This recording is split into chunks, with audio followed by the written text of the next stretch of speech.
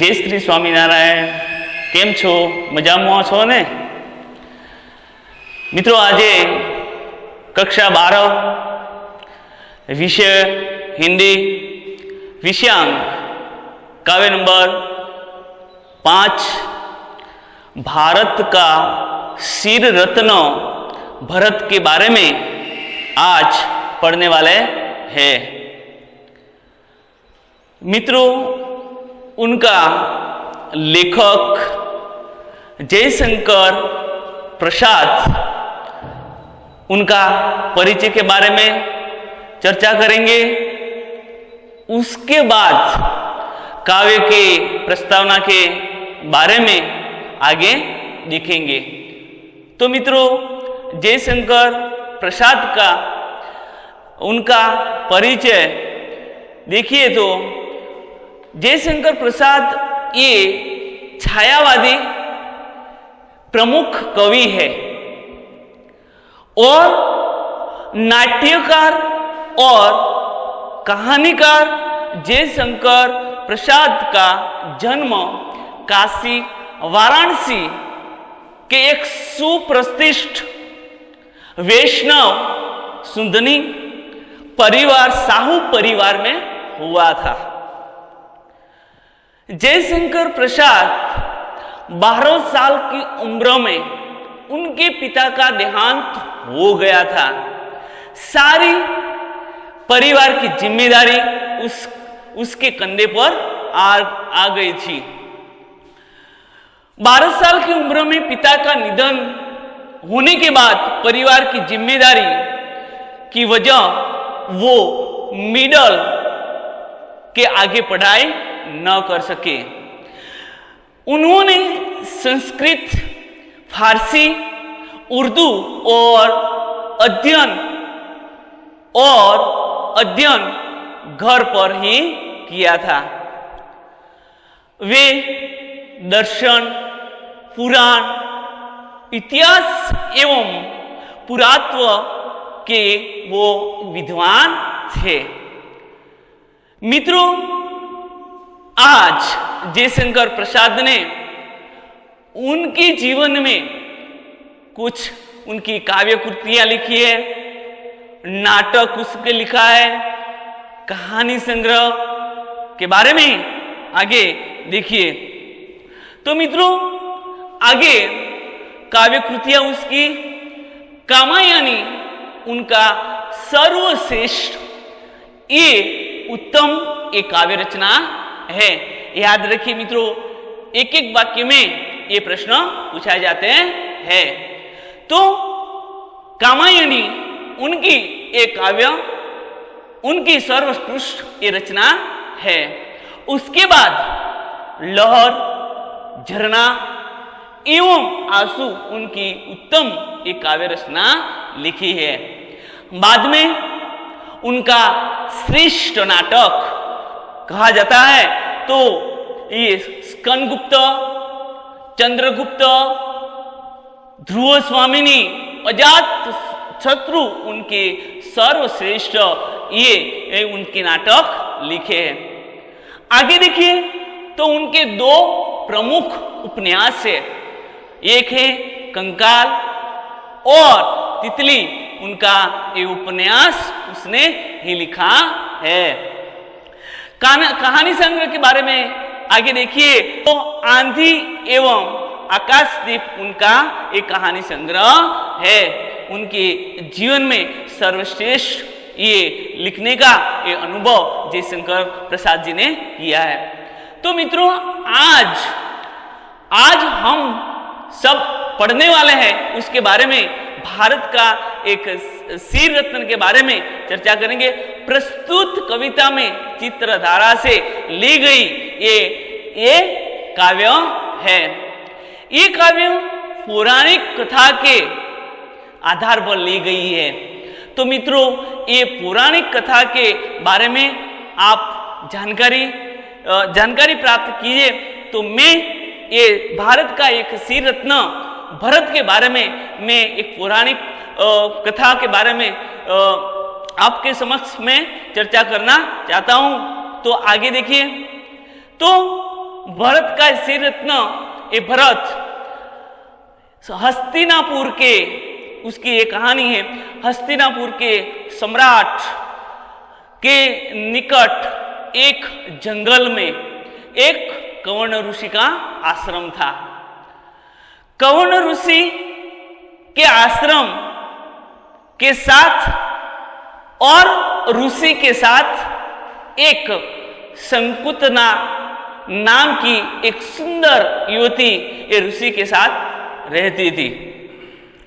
और विश्वामित्र ऋषि और मेनका की वो पुत्री थी। कवर्ण ऋषि ने शंकुतला को उनकी बेटी की तरह उसे लालन पालन किया था। बाद में हस्तिनापुर के सम्राट राजा दुष्यंत एक बार जंगल में शिकार करने के लिए आते हैं। शिकार करते करते वो कवर्ण ऋषि के आश्रम में जा पहुंचे थे। वहां पहुंचे तो एक सुंदर युवती वो थी, वो शंकुतला थी।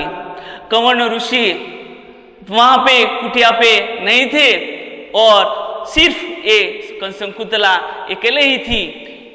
बाद में दुष्यंत ने शंकुतला को देखा तो वो मोहित हो गया, आकर्षित हो गया और शंकुतला भी ये दुष्यंत को देखकर वो बावरी हो गई, पागल हो गई। उसके बाद दोनों ने ये शंकुतला और दुष्यंत ने वो गांधर्व विवाह कर लिया।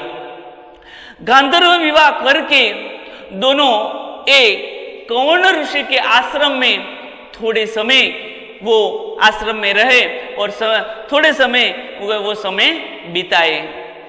बाद में हस्तिनापुर से वो सैनिक आए और राजा दुष्यंत ने राज्य में चले जाने के लिए वो आमंत्रित करते हैं। तब दुष्यंत वहां हस्तिनापुर जाने के लिए तैयार हो जाते हैं। तो शंकुतला एक कवर्ण ऋषि के आश्रम में अकेले ही है, क्योंकि कवर्ण ऋषि ये आश्रम में नहीं थे, इसीलिए दुष्यंत उसके साथ ले जाने के लिए मना कर रहे हैं। बाद में दुष्यंत उसे राजमुद्रा, उसे कहते हैं राजमुद्रा, उनके हाथ में अंगूठी थी, ये अंगूठी ये राजमुद्रा ये शंकुतला को देकर वो चले जाते हैं। थोड़े समय के बाद मैं वापस आऊंगा, उसके बाद मैं ले जाऊंगा। बाद में उनके हाथ में ये राष्ट्र की निशानी उसने ये दुष्यंत ने दी थी। बाद में वो पागल बावरी ये शंकुतला एक ही एक कुटिया में थी।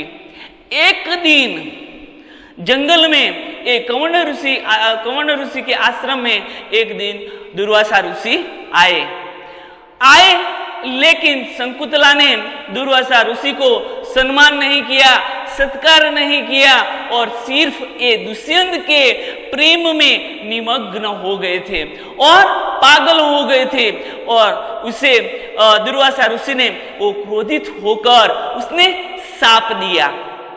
तो शाप दिया कि जिस व्यक्ति को आप याद कर रहे हैं वो सब आप भूल जाएंगे। बाद में मित्रों शंकुतला के उनकी सखिया ये क्रोधित दुर्वासा ऋषि के शाप से ये निवेदन करती है, हे ऋषि आपने जो शाप दिया है वो शाप समाप्त कीजिए। लेकिन दुर्वासा ऋषि ने वो मना कर दिया। एक बार मैंने शाप दिया लेकिन वो समाप्त नहीं हो सकता। लेकिन एक उपाय उनका है, वो उपाय क्या है? लेकिन शंकुतला के हाथों में ये दुष्यंत की राष्ट्र की निशानी दी है, उनकी अंगूठी दी हुई है। तो उसके देखकर उनका विवाह, गांधर्व विवाह, प्रेम विवाह के बारे में सब कुछ स्मरण हो जाएगा, याद आ जाएगा। उसके बाद यहाँ से ये दुर्वासा ऋषि चले जाते हैं। कुछ समय पश्चात यहाँ ये कवण ऋषि आश्रम में आते हैं। तो आश्रम में आते ही ये शकुंतला का एक गांधर्व विवाह के बारे में समाचार मिलते हैं। तो कवण ऋषि उसे एक गृहस्थ के भांति ये शकुंतला का उसकी पुत्री का विदाई देते हैं। उसके पति के पास जाने के लिए ये विदाई की जाती है, विदाई करते हैं। उसके बाद वहां से शकुंतला वहां से निकल जाती है, जंगल के आगे जाती है। तो वहां पे नदी आती है। नदी में उस पार जाने के लिए उसे एक नाव में बिठाना पड़ता है। नाव में बिठा के वहां पे नदी के आगे जाना पड़ता है।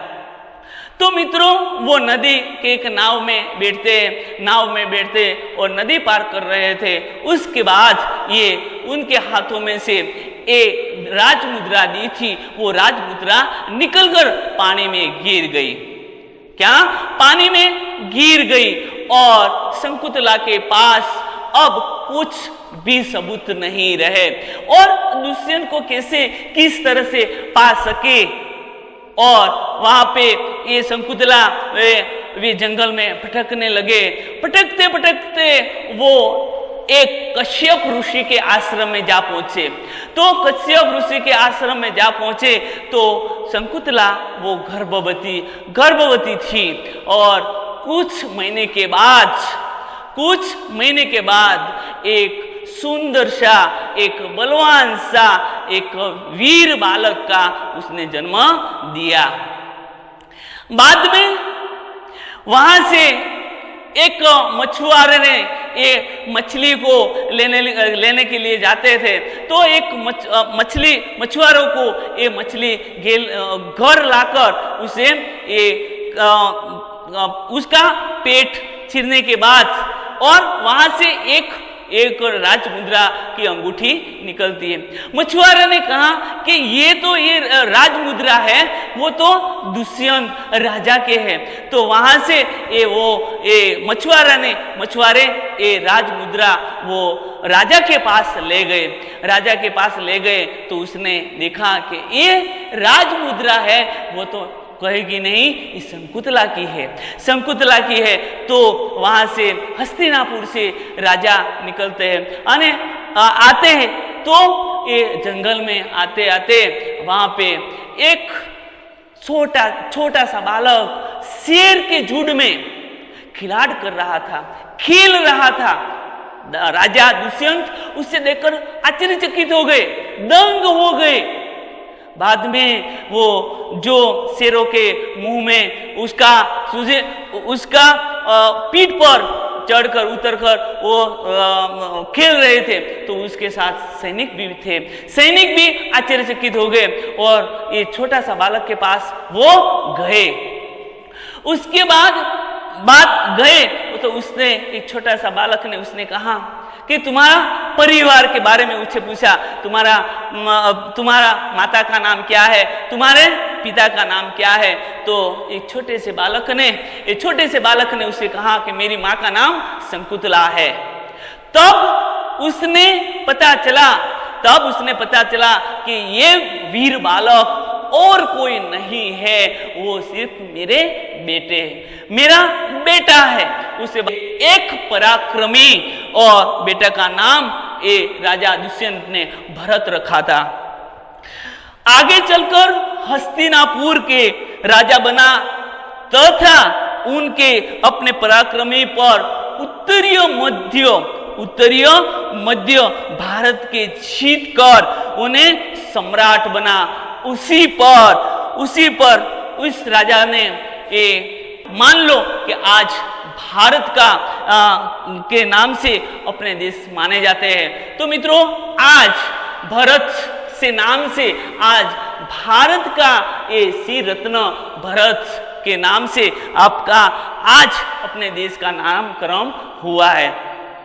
तो मित्रों, ये प्रस्तावना के बारे में आज चर्चा की और आगे प्रस्तुत जो पंक्तियां है उसके बारे में चर्चा करेंगे।